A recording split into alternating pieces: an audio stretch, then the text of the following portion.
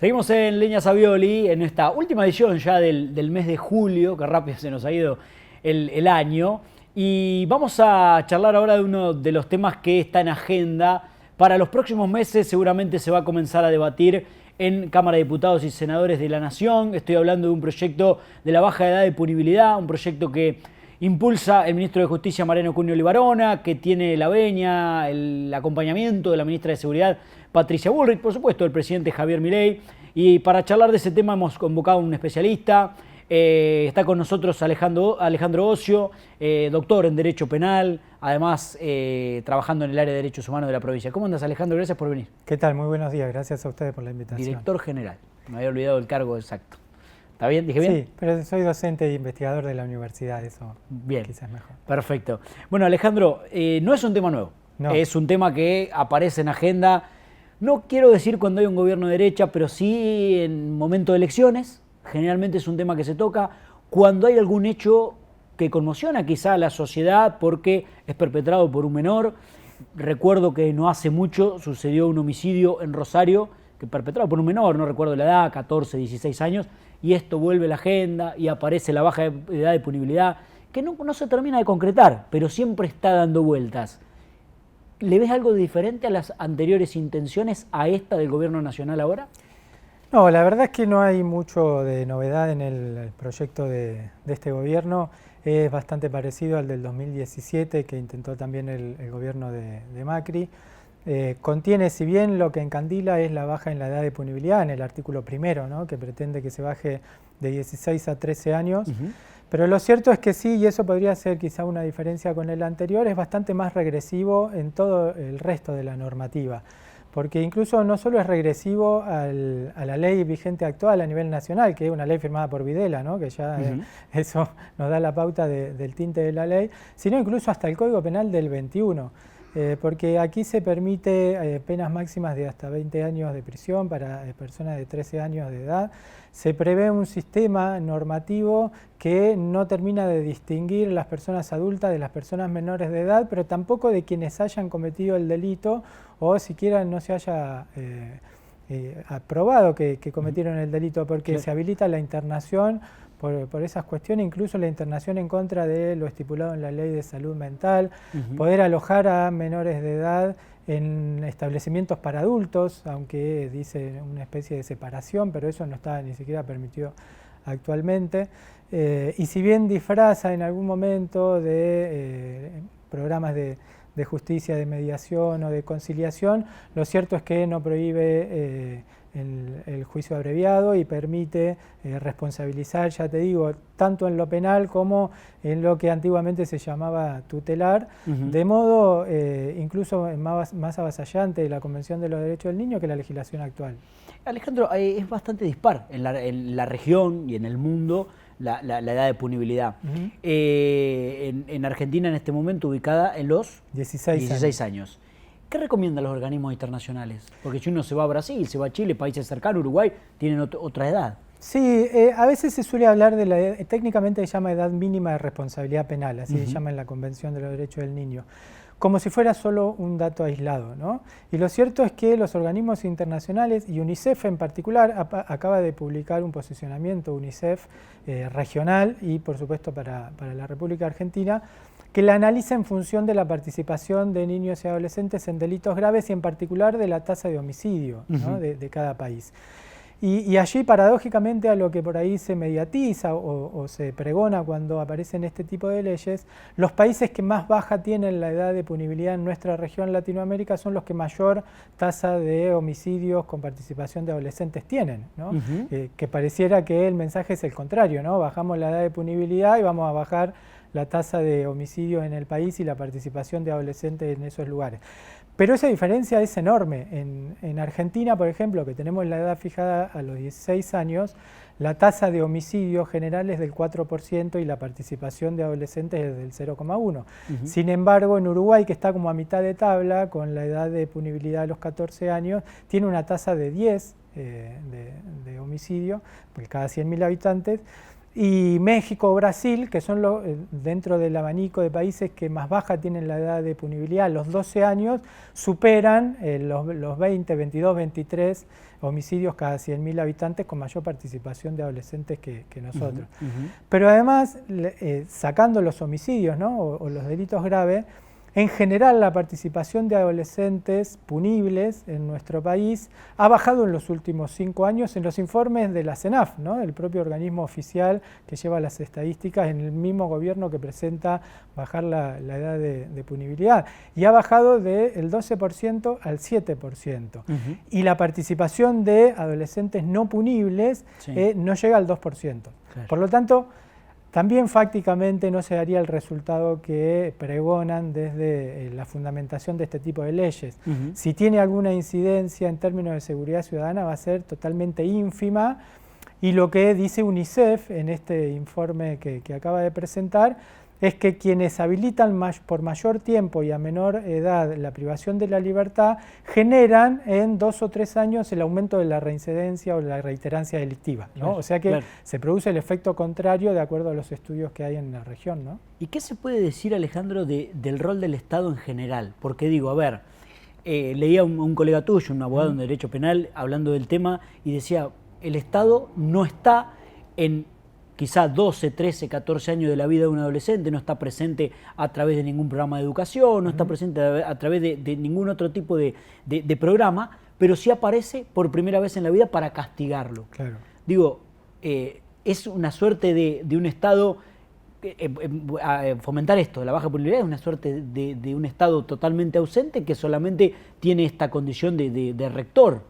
Sí, claro, y cuando vos decías al inicio no caer en decir que cada vez que hay un gobierno de derecha pregona una ley de este tipo, lo cierto es que es así. Claro. Y cuando desde la derecha se pregona la reducción de las políticas sociales o del modelo de Estado presente en términos sociales, lo que produce es que mayor cantidad de personas se salgan de las márgenes posibles de acceso a los derechos humanos, ¿no? A educación, trabajo, vivienda, etcétera.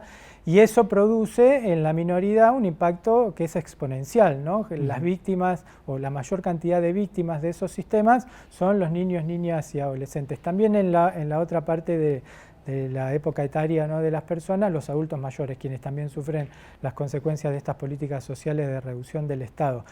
Y la forma de reaccionar de esas ideologías, ¿no?, de reducción del modelo de Estado social es ampliar el poder punitivo del Estado. Es la única forma en que puedan dar respuesta a lo que ese tipo de políticas genera. ¿Cuáles son las recomendaciones tanto en el ámbito normativo como en el ámbito de la especialidad? Es precisamente lo contrario, ¿no? Ampliar las políticas sociales del Estado, lograr que el Estado llegue a los lugares donde más se lo necesita y, como dice el Comité de los Derechos del Niño, tratar de desincentivar los contextos en los cuales un niño o una niña llega a tener contacto con el delito y una vez que es seleccionado por el Estado, es decir, que es habilitado el sistema penal, que se lo saque lo más rápido posible, porque dice el Comité de los Derechos del Niño que está demostrado en los 193 países que forman parte de la ONU, que a eso pertenece el comité, el contacto de los niños y adolescentes con el sistema penal es siempre perjudicial. Claro. Por lo tanto, y a veces se caen los números, ¿no? Bueno, no es importante la participación de adolescentes en los delitos graves. Aun cuando lo fuera, eso implica que el Estado no está cumpliendo con su complejo de responsabilidades en relación a niños, niñas y adolescentes. Y lo que debe hacer no es castigar a las víctimas de sus propias políticas deficientes, sino por el contrario, mejorar o eficientizar esas políticas, ¿no? Claro, claro. Pensaba en por qué, esto que decías al principio, por qué no ha avanzado en la Argentina.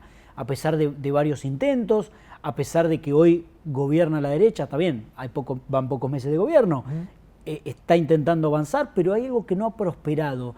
¿Vos tenés una explicación de por qué en Argentina? Si es que la sociedad no lo demanda, si es que la sociedad en algún punto se opone, a diferencia de lo que dice el gobierno, que es algo que la sociedad está pidiendo.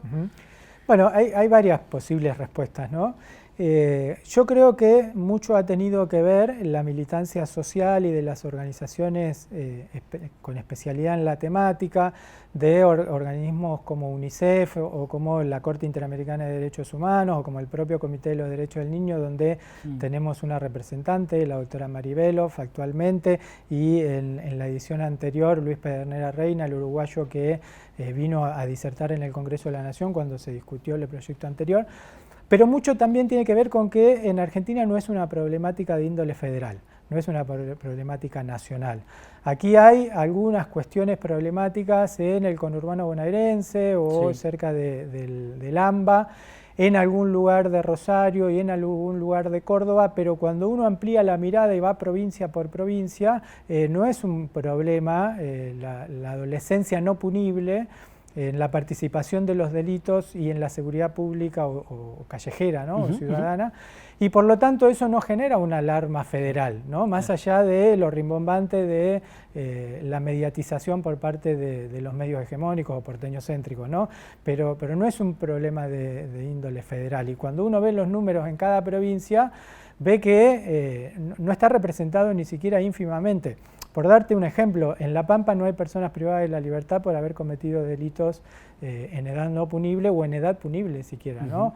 Y eso tiene que ver con muchos años de política social de niñez en el buen sentido, ¿no? Sin utilizar como primera herramienta el poder penal del Estado. Y eso pasa en muchas otras provincias.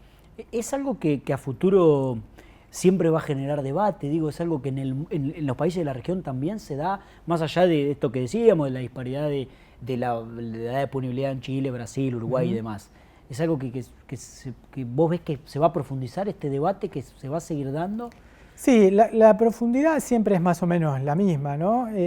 Además de la edad de punibilidad, como te decía recién, se viene profundizando en los últimos 15, 20 años en la región el estudio sobre el sistema penal juvenil, ¿no? No solo a partir de qué edad ingresan al sistema penal juvenil las personas, sino cómo se conforma ese sistema penal juvenil, para qué y dónde se los interviene, si es necesario como última opción encerrarlos por determinado tiempo, por cuánto tiempo, porque yo te puedo dar ejemplos de países que han bajado la edad de punibilidad a 12 años como Brasil, pero sin embargo que las penas máximas para imponer a esas personas son de hasta 3 años de prisión. ¿No? Entonces también hay baremos que no tienen que ver solo con la edad, sino con la forma del sistema penal juvenil. En La Pampa se ha aprobado un proceso penal juvenil que empezó a regir en agosto del año pasado, que es eminentemente restaurativo, no de tinte punitivo. En la región latinoamericana se viene trabajando mucho sobre lo restaurativo, precisamente porque todos los estudios, incluso desde ambientes hostiles a lo restaurativo, como puede ser en algunas universidades de Estados Unidos, en algunas universidades de Chile, todos los estudios le dan al sistema penal juvenil de tinte punitivo los resultados contrarios a lo que pregona que va a producir. Y sin embargo, en los lugares donde se ha avanzado en lo restaurativo, los resultados son mucho más exitosos en bajar los niveles de reincidencia, los niveles de violencia, etc. Clarísimo. Te preguntaba esto de si es una cuestión que demanda la sociedad, porque muchas veces cuando se busca presentar este tipo de proyectos, ratificarlos, defenderlos, se ampara en lo que dice la gente, lo que dice el pueblo, lo que dice gran parte de la sociedad. Esto de pena de delito adulto, pena de adulto. El término que te quiero preguntar específico es el de puerta giratoria, para hablar de estos casos, que hablan de muchos casos desde el gobierno nacional, de la derecha, bueno, hay muchos adolescentes que entran y salen, como si nada, del sistema penal juvenil. ¿Cuál es tu experiencia, tu conocimiento acerca de si eso es así o no tan así?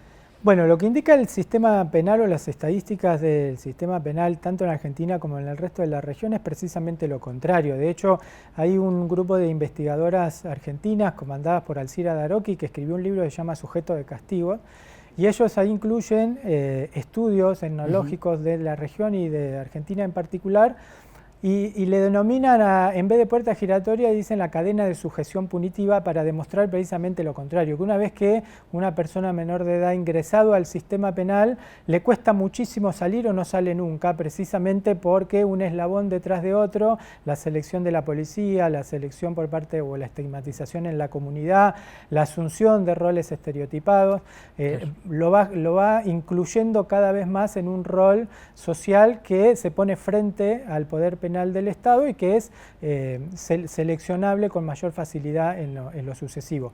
Y que si eso incluye el encierro, empeora las cosas, ¿no? Y genera como una línea de vida condicionada por el delito y afincada en los contextos delincuenciales, ¿no? Pero también se demuestra que en las organizaciones delincuenciales o criminales, sea de la importancia que fuera, y mayoritariamente en las organizaciones que tienen que ver con el narcotráfico o la trata de personas, las personas dentro de la edad de no punibilidad son víctimas, más que dirigentes, ¿no?, de las organizaciones criminales. Entonces también ahí eso subvierte esta idea de la puerta giratoria. La puerta giratoria suele presentarse en relación a entran a la comisaría, se le entrega a sus responsables parentales y eso se entiende como que no pasó nada. Pero el sistema penal no termina ahí, ¿no?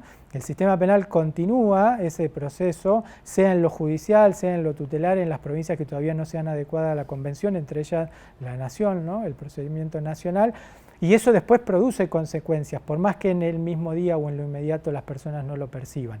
Y cuando uno ve los números, ve que, por ejemplo, dice UNICEF también a nivel regional, pero yo lo conozco a nivel nacional, en la Argentina, entre el 70 y el 80% de las personas que están presas o que han cometido delitos siendo mayores de edad han pasado antes por el sistema penal juvenil, ¿no? O sea que entre el 25 y el 30 no.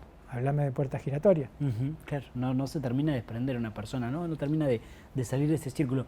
El otro día firmaron junto a otros profesionales un documento en el cual, bueno, esbozaban algunos de estos argumentos que vos venís a contarnos acá, y también le pedían a los legisladores nacionales que representan a la provincia de La Pampa que no acompañaran este proyecto.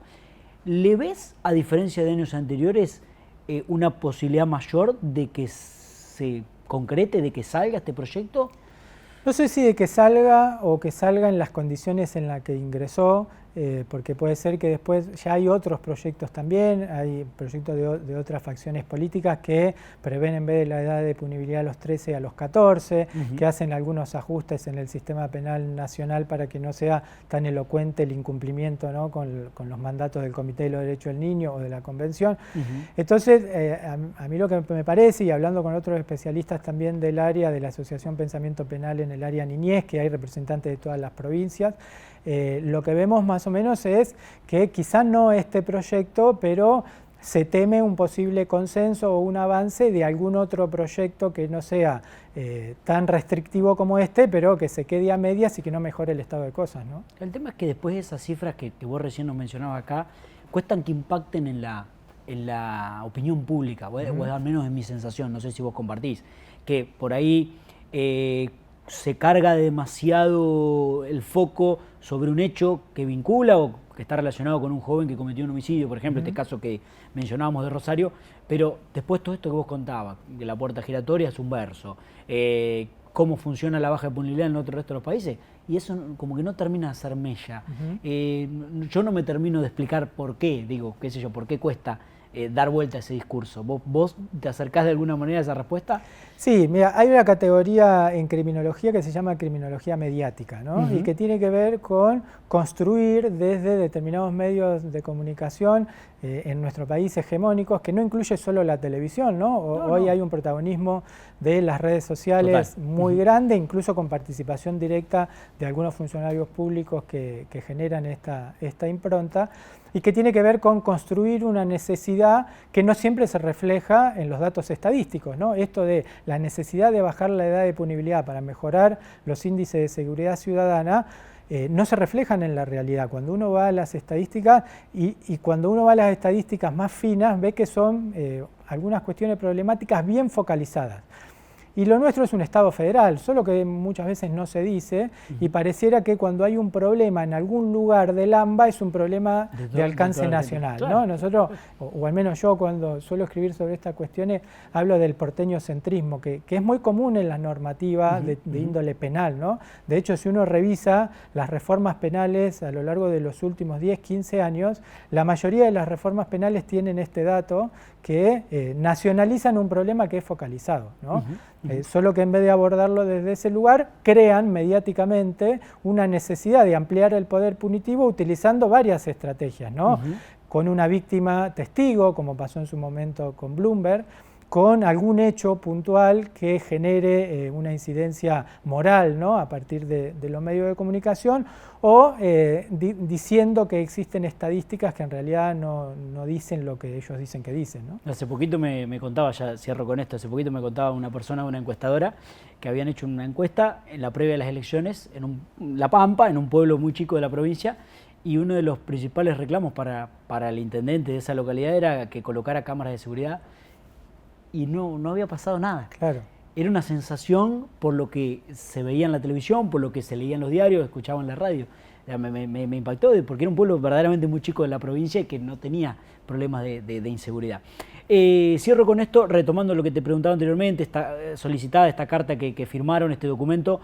¿Pudieron hablar ya con algún legislador, legisladora? ¿Lo piensan hacer en los próximos días? ¿Se han acercado, se han interesado por el tema? No, por el momento no. Esperaremos, por supuesto, a ver si alguien responde a esa invitación, y si no, bueno, veremos cómo mediatizar y publicitar un poco más esos argumentos. Por supuesto que esos argumentos están incluidos de una manera comunicable, ¿no?, sí, resumidos y demás, pero tenemos todo el respaldo técnico en la investigación de la universidad, yo en lo particular, pero un grupo de gente en varias universidades públicas venimos investigando estas cuestiones desde hace mucho tiempo, así que respaldo técnico, estadístico y de fundamentos hay de sobra, pero bueno, veremos qué es lo que sucede, ¿no? Alejandro, un gusto recibirte, gracias por venir a charlar con nosotros. Por favor, el gusto es mío, muchas gracias. Muy amable. Alejandro Ocio, doctor en Derecho Penal, docente de la Universidad Nacional de La Pampa, además integrante del equipo de Derechos Humanos de la provincia, charlando acerca de una de las propuestas que viene llevando adelante y que ya lo venimos charlando hace rato, le hemos preguntado a algunos legisladores nacionales, y seguramente será debate de acá hacia adelante porque en algún momento el proyecto que impulsa el ministro Mariano Cunio Libarona llegará, se debatirá en las cámaras y ahí estaremos para charlar del tema. Pausa, ya venimos.